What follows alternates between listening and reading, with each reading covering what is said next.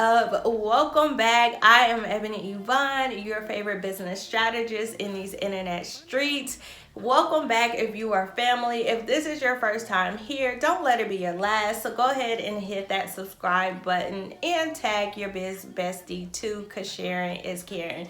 Today we are talking about microblogging your way to success on social media. So earlier this week, I got a really good question from someone inside the Kingdom Coin Society Facebook group.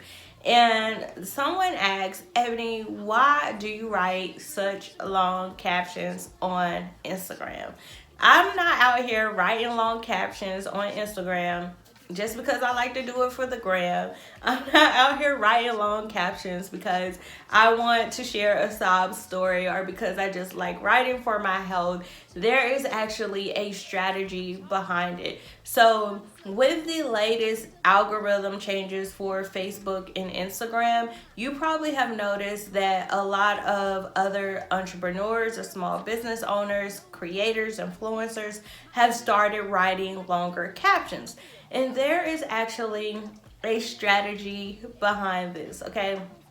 So, in order for me to explain this, let me give you a little bit of context. So, with the new algorithm for Facebook and Instagram, for those who may not know, Instagram is actually owned by Facebook, and the algorithm pretty much operates the same way, whether you're using Facebook or whether you're using Instagram. So, the whole algorithm is designed to show meaningful content that resonates with people. They want to show you content as an individual user, content that they think you want to see, that they think is going to be meaningful for you, and that they think will have you on their platform for a longer period of time, okay? So, with that being said, when it comes to engagement helps the algorithm know what type of content to show you more of and what type of content to show you less of. And when it comes to engagement is broken down into two different categories. The first is really obvious, is active engagement, right? With active engagement, it's pretty much any real engagement, a like, a comment, a share. If you DM a post to your Instagram stories, you share it with your friends, that's active engagement. Like you actively did something to engage with that content, right? And so, whenever you actively engage with a piece of content, it increases that post reach. So, Instagram will say, hey, this user liked this piece of content, so I need to share this piece of content with more users that are similar to this account, right? So on the flip side of that, you also have passive engagement. And what passive engagement is, for all your Facebook stalkers, those people that lurk on your account but they never follow you, but you know they looking at your content and they reading your statuses, they're looking at your captions, they still contribute to your reach, okay?